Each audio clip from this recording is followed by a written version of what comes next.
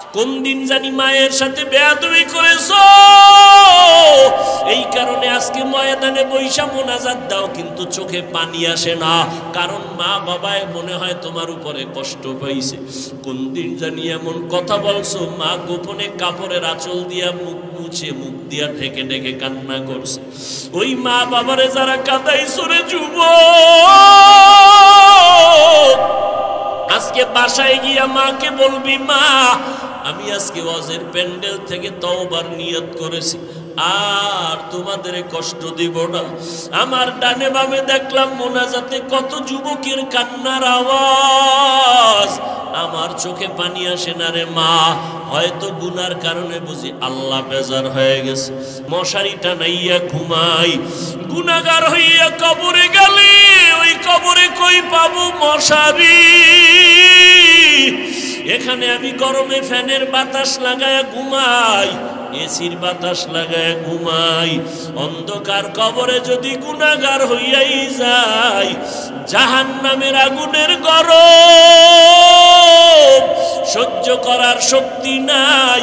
আমার আল্লাহ রাগান্বিত হইয়া গুনাহগারের ব্যাপারে ফেরেশতাকে বলবেন, কবরের মাটিকে বলবেন, ও কবরের মাটি, এই নাফরমান আমার দেওয়া পানি পান করলো, আমি মাওলার দেওয়া সূর্যের আলো চাঁদের আলো ভোগ করলো, আমার দেওয়া মাছ খাইলো, জমিনের ফসল খাইলো, গাছের ফল খাইলো, আলেম ওলামারা পায়ে দরিয়া বুঝাইলো, নামাজ পড়ে নাই, পর্দা করে নাই, হালাল খায় নাই।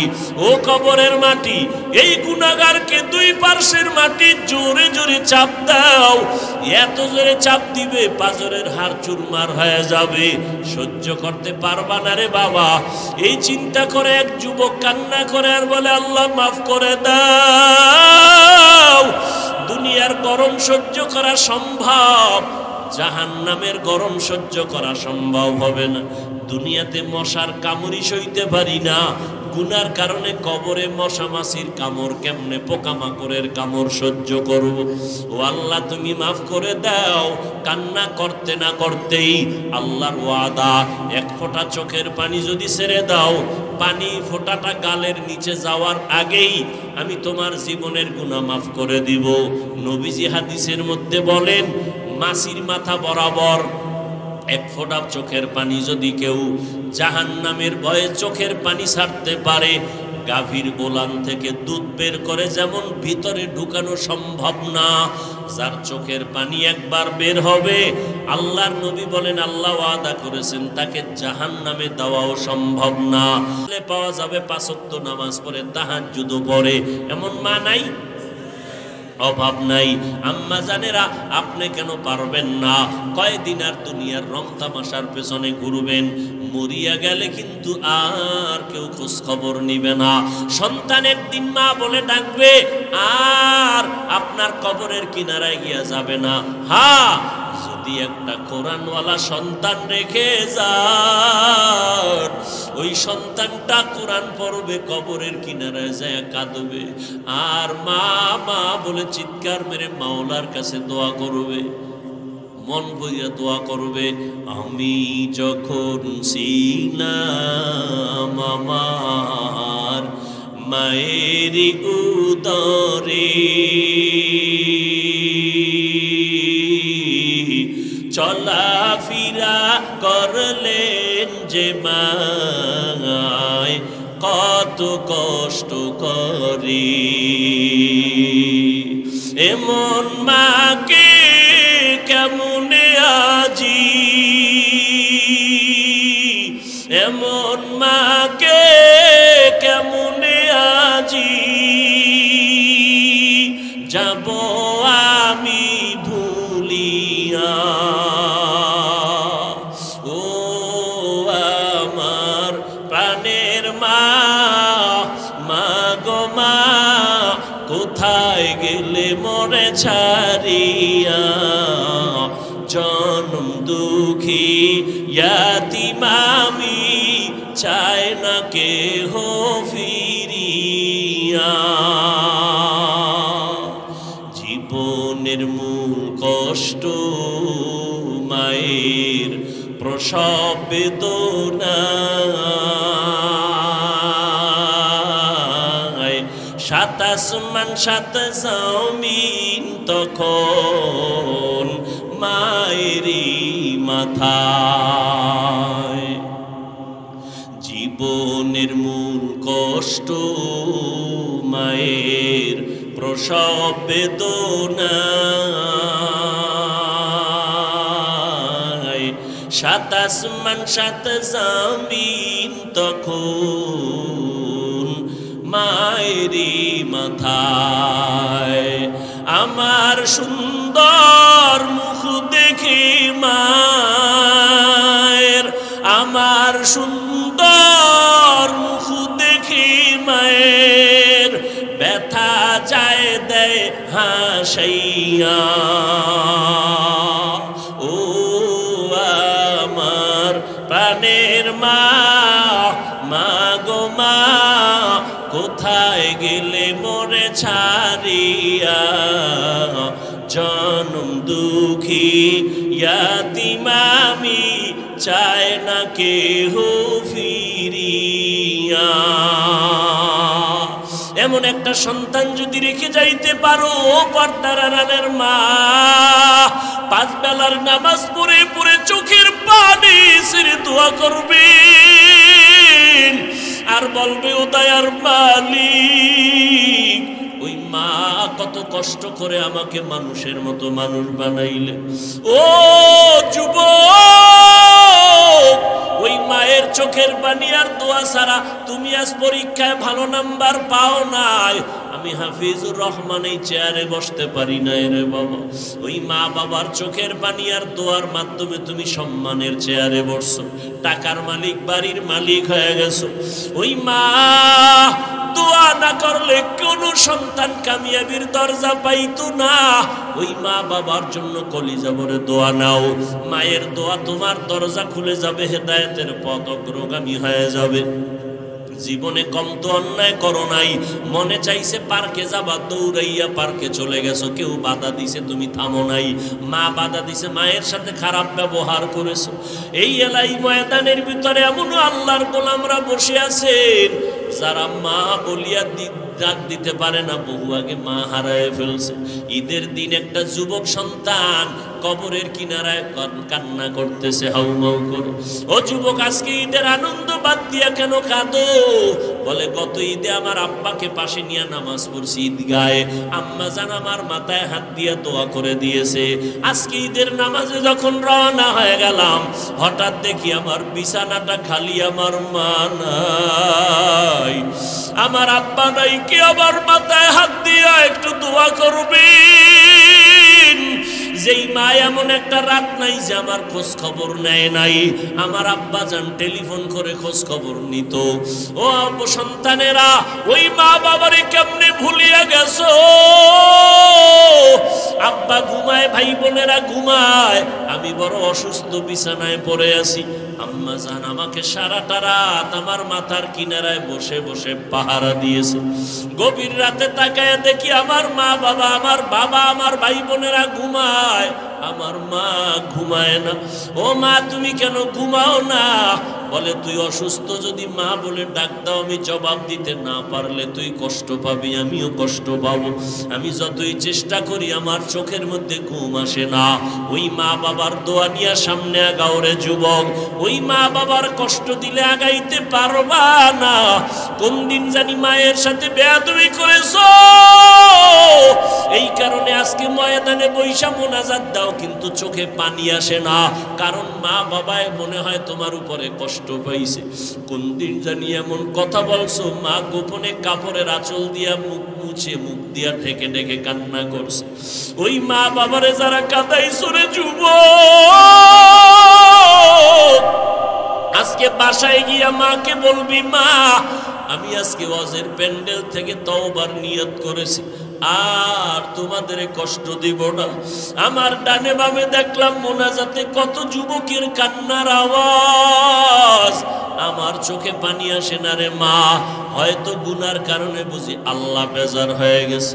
মা তুমি আমার মাথায় হাত দিয়া দোয়া করে দাও, আর কোনোদিন মিথ্যা বলবো না, আলেম ওলামাদের বিরোধিতা করব না, আর কোনোদিন দেশের বিরুদ্ধে জাতির বিরুদ্ধে ষড়যন্ত্র করব না, নামাজ ছাড়ব না, নবীর তরিকার বাইরে চলব না।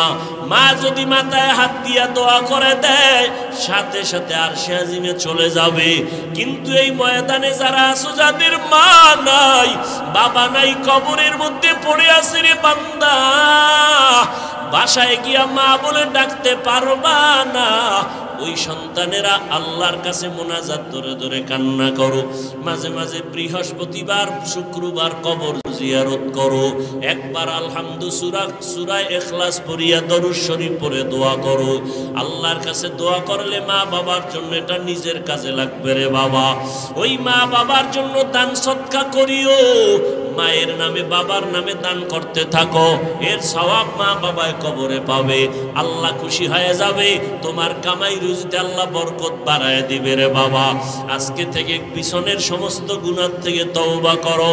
আমার আল্লাহ তওবার দরজা দিয়ে ডাকতেছেন রে ও আল্লাহর গোলাম, ও পর্দার আড়ালের মা, ও বোনেরা, আল্লাহর কাছে তওবা যদি করার মতো করতে পারো, চোখ দুইটা বন্ধ করে যদি বলতে পারো, আল্লাহ এই ময়দানে মনে হয় আমার মতো গুনাহগার কেউ নাই, আমার গুনার কারণে আমার হাত না পাক, আমার চোখ না পাক, গুনার কারণে আমার জিহ্বা না পাক, এই হাত দিয়ে কত অন্যায় করলাম, এই হাতের মাধ্যমে কত গুনাহের সহযোগিতা করলাম, এই পাও দিয়া কত গুনাহের রাস্তায় হেঁটে হেঁটে গেলাম, এই জবান দিয়া কথা দিয়া গীবত করে কত গুনাহের কাজ করলাম, চোখ দিয়ে কত গুনাহ করলাম। ও আল্লাহ আজকে থেকে আর গুনাহ করব না। মনে মনে আমার মাওলাকে যদি ডাকিয়া বলতে পারো, হে মালিক আজকে থেকে আর নামাজ ছাড়বো না, আর বেপরদায় চলবো না, দাড়ি কাটবো না, মা বাবার অবাধ্য হব না, মা বাবার আর কখনো কষ্ট দিব না, ওলামায়ে কেরামের বিরোধিতা করব না, নবীর তরিকার বাহিরে চলবো না, আল্লাহর হুকুম মেনে চলবো। আমার মতো যুবক যদি স্কুল কলেজে পড়িয়া নামাজ পড়ে, আমি কেন পারবো না? আমার মতো যুবক যদি চাকরি করে ব্যবসা করে নামাজ পড়ে, আমি কেন পারবো না? ও আল্লাহ তুমি আমাকে মাফ করে দাও। আল্লাহ বলেন তওবা করবি, জীবনের সব গুনাহ একটা সেকেন্ডে মাফ করে দিব। তবে এটা সত্য কথা, একটু আগেও বলেছিলাম, আবু জাহাল আমার নবীর বয়ান শুনে কালেমা পড়ে নাই। এই জমিনে আবু জাহালের মতো পাথরওয়ালা অন্তরের কিছু মানুষ আছে, হাজারো বয়ানে দিল নরম হবে না, চোখে পানি আসবে না রে বাবা। বয়ানের পরে বাহিরে গিয়া গীবত শেখায়াত করে গুনার পাল্লা ভারী করবে। আর একদল মানুষ আছে ওমরের মতো মেজাজওয়ালা, গুনাহ নিয়া যখন ময়দানে ঢুকছে, হঠাৎ করিয়া মরণের কথা স্মরণ হয়ে গেল, কবরের আযাবের কথা স্মরণ হয়ে গেল। আল্লাহর বান্দা এমন দিলটা নরম বানাইয়া কান্না শুরু করলো, আর বলতে থাকে, আল্লাহ গুনাহগার হইয়া ময়দানে ঢুকছি, কিন্তু এখন গুনার দিকে তাকাইয়া বড় ভয় পাই। দুনিয়াতে একটা মশার কামড় সইতে পারি না, মশারি টানাইয়া ঘুমাই। গুনাহগার হইয়া কবরে গেলে ওই কবরে কই পাবো মশারি? এখানে আমি গরমে ফ্যানের বাতাস লাগায়া ঘুমাই, এসির বাতাস লাগায় ঘুমাই। অন্ধকার কবরে যদি গুনাহগার হইয়াই যায়, জাহান্নামের আগুনের গরম সহ্য করার শক্তি নাই। আমার আল্লাহ রাগান্বিত হইয়া গুনাহগারের ব্যাপারে ফেরেশতাকে বলবেন, কবরের মাটিকে বলবেন, ও কবরের মাটি, এই নাফরমান আমার দেওয়া পানি পান করলো, আমি মাওলার দেওয়া সূর্যের আলো চাঁদের আলো ভোগ করলো, আমার দেওয়া মাছ খাইলো, জমিনের ফসল খাইলো, গাছের ফল খাইলো, আলেম ওলামারা পায়ে ধরিয়া বুঝাইলো, নামাজ পড়ে নাই, পর্দা করে নাই, হালাল খায় নাই। ও কবরের মাটি, এই গুনাহগারকে দুই পার্শ্বের মাটি জোরে জোরে চাপ দাও, এত জোরে চাপ দিবে পাজরের হাড় চুরমার হয়ে যাবে, সহ্য করতে পারবা না রে বাবা। এই চিন্তা করে এক যুবক কান্না করে আর বলে, আল্লাহ মাফ করে দাও। দুনিয়ার গরম সহ্য করা সম্ভব, জাহান্নামের গরম সহ্য করা সম্ভব হবে না। দুনিয়াতে মশার কামড়ি সইতে পারি না, গুনার কারণে কবরে মশা মাছির কামড় কেমনে, পোকামাকড়ের কামড় সহ্য করব। ও আল্লাহ তুমি মাফ করে দাও। কান্না করতে না করতেই আল্লাহর ওয়াদা, এক ফোঁটা চোখের পানি যদি ছেড়ে দাও, পানি ফোঁটাটা গালের নিচে যাওয়ার আগেই আমি তোমার জীবনের গুনাহ মাফ করে দিব। নবীজি হাদিসের মধ্যে বলেন, মাছির মাথা বরাবর এক ফোঁটা চোখের পানি যদি কেউ জাহান্নামের ভয়ে চোখের পানি ছাড়তে পারে, গাভীর গোলাম থেকে দুধ বের করে যেমন ভিতরে ঢুকানো সম্ভব না, যার চোখের পানি একবার বের হবে, আল্লাহর নবী বলেন আল্লাহ ওয়াদা করেছেন তাকে জাহান্নামে দেওয়াও সম্ভব না। কিন্তু গুনার কারণে দিল শক্ত হয়ে গেছে, চোখে পানি আসে না। যাদের চোখে পানি আছে তাদের থেকে দোয়া নাও। নবী বলেন কান্না যদি না আসে, কান্নার বাহানা করো, তাতেও সওয়াব হবে। ও যুবক বাবারা, ও বৃদ্ধ বাবাজিরা, পর্দার আড়ালের মা বোনেরা, তওবা করার মতো যদি নিয়ত হয়, মুনাফিকি যদি না থাকে, মরিয়া গেলে যাব হায়াতের মালিক আল্লাহ, সম্মানের মালিক আল্লাহ, আর গুনাহ করব না, নবীরে কষ্ট দিব না, আলেমদের বিরোধিতা করব না। তওবা করার যদি নিয়ত হয়, অন্তরে যদি দুর্বলতা না থাকে, খাঁটি তওবার নিয়তে দুটো হাত আমার আল্লাহকে দেখাইয়া দাও। আয় আল্লাহ, হাতগুলো কবুল করে নেন, তওবা কবুল করে নেন, তওবার উপরে মজবুত হইয়া চলার মতো তৌফিক দান করেন, আমিন।